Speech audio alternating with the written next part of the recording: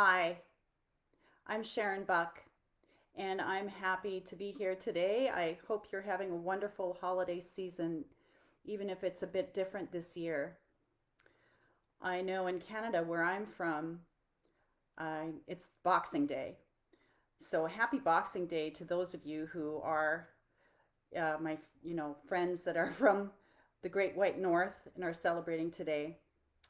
And in still other parts of the world, it is Kwanzaa today. So I hope you're having a wonderful time no matter what you're celebrating. Well, wherever you are today, please pop something in the chat and say where it is you're coming from. I'd love to know. I know we have people from all over the world in this group. And for some of you, this might be in the middle of the night. Well, having been in Seattle for many years, I think I am sort of getting used to the gray days we tend to experience at this time of year. But sometimes it's still challenging, like today. Around here, we can have days of gray, oppressive dark clouds or fog, and this year we even had smoke. We feel trapped, confined, and even depressed. When we are in it, it feels like we'll never end. We forget what it feels like to see the sun. And for many of us in winter, we forget what it feels like to soak up the warmth of the sun's rays. I'm not a scientist, but I do know that all plants require sunlight to grow. Photons are the basic unit that makes up all light. And in photosynthesis, photons absorb light energy and convert it to chemical energy. And that is what makes plants grow. Light also helps us perceive the world around us. When we lose power during a storm in the night, we reach for our flashlights. We shine a light to see more clearly. Human eyes are photon detectors that use visible light to learn about the world around us. Light is waves, and so is sound. I could get into more of the science here. However, what if I told you that sound waves interrupt our thought waves to change their frequency? Thoughts, after all, are frequency. What if our perception was all made up stories that we constructed? What if, when we release the old memories, our perception changed? We have often heard the familiar expression, beauty is in the eye of the beholder.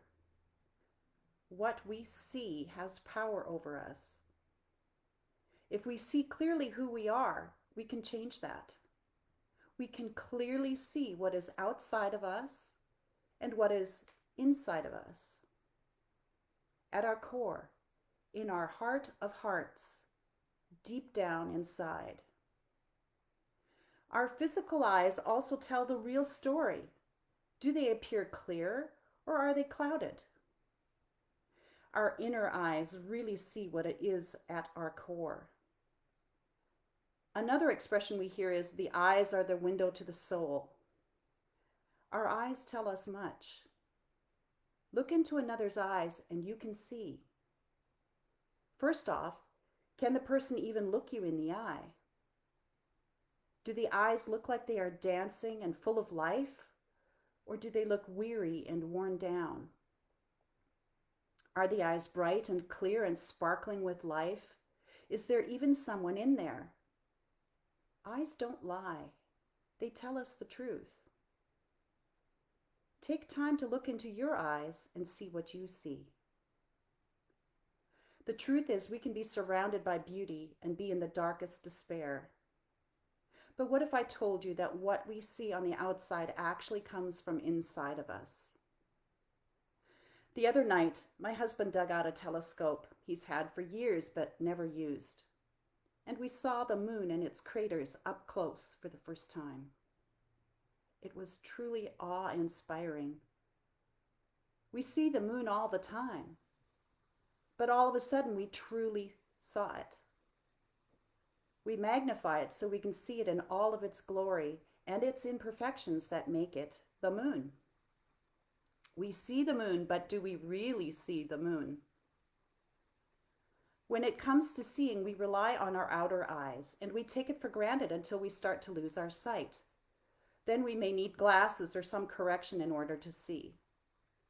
Glasses adjust our depth perception so we don't run into things. Without them, we may see things that appear closer to us than they really are, or further away than they appear. The lenses adjust our perception so we can see more clearly. Glasses help bring one eye, the weaker one, more into focus so we can essentially have what amounts to balanced vision. The definition of perceive is, quote, to become aware or conscious of, come to realize or understand. Another definition of the word perceive is to interpret or look on someone or something in a particular way, and to come to know by direct experience. The Latin roots of the word break down into per, which means thoroughly, and capere, which is to grasp. In essence, then, the word perceive means to become conscious of. And in conversation in the English-speaking world, we often say, I see, which really means, I understand. So this brings me to another idea. The inner seeing or inner knowing that we have, which is more like insight as opposed to knowledge. I came across a quote that said, our inner vision can see the unconscious and the past. Our memory of the past is actually a reflection of this inner seeing capacity. In other words, we can see our life differently just by changing what we focus on.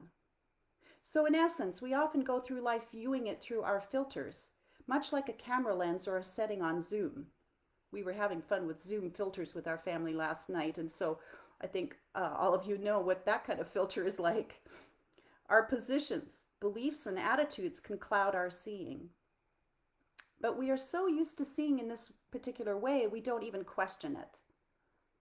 True seeing is not just what is there, but seeing things in a different light, with a different lens. We shine more light on what has been up to now clouded. In fact, without light, we would never see, quite literally. I did a little research on light waves, and it was fascinating. I went down this rabbit hole online, and I just had to put a stop on it because I could have spent my whole day reading about it. But when light waves hit our eye, depending on how much light we are exposed to, the iris in our eye closes or opens to let more or less light in. Sort of like, think of like a gate. The retina then turns that light into an electrical impulse, sending a message to the brain where it interprets what we see. So this interpretation is going on all the time. We don't even know it. So it should be no surprise that our brains are constantly doing this, interpreting what we see physically. We just don't realize that that's what it is, an interpretation. Literally, our optic nerve takes an upside down picture and flips it for us so we see it correctly right side up. How confusing that would be to see our world upside down, but maybe many of us have seen that this year. Anyway, we assume it's reality, but what about possibility or potential? Healing sound frequencies cut through these perceptions and help us ground more into ourselves so we can see more clearly, so we can make changes or adjustments, first in ourselves, and then in our relationships with others and in life. After a biofield tuning session, a modality I'm certified in which uses tuning forks, the first thing I usually notice after a session is how different the eyes of the person I've just worked on look.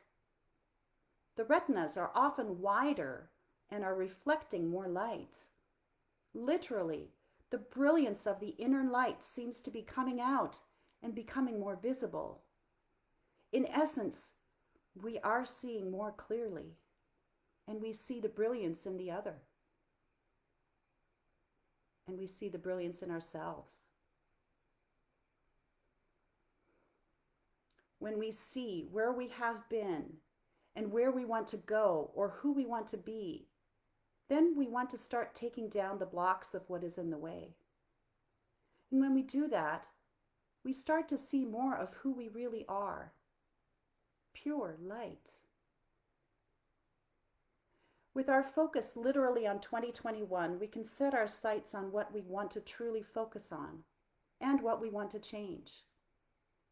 So I welcome you to another in the weekly sound bath series on Sundays, tomorrow at 4 p.m. Pacific, where we will take a look at what we want to change, and not just look at it, but actually change it with sound. See how you feel before and how you feel after. Notice the difference, if there is a difference.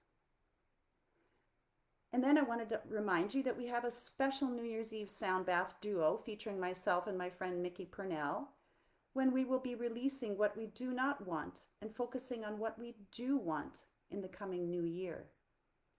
Which is why we will place our attention on letting go and letting in.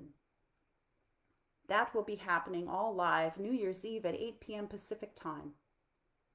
I really look forward to seeing you there, and feel free to invite your friends and family. It's going to be great. We'll have a sound bath orchestra, basically, the two of us. So we'll be streaming through Zoom, and we'll see you there. Have a wonderful rest of your weekend, and take care.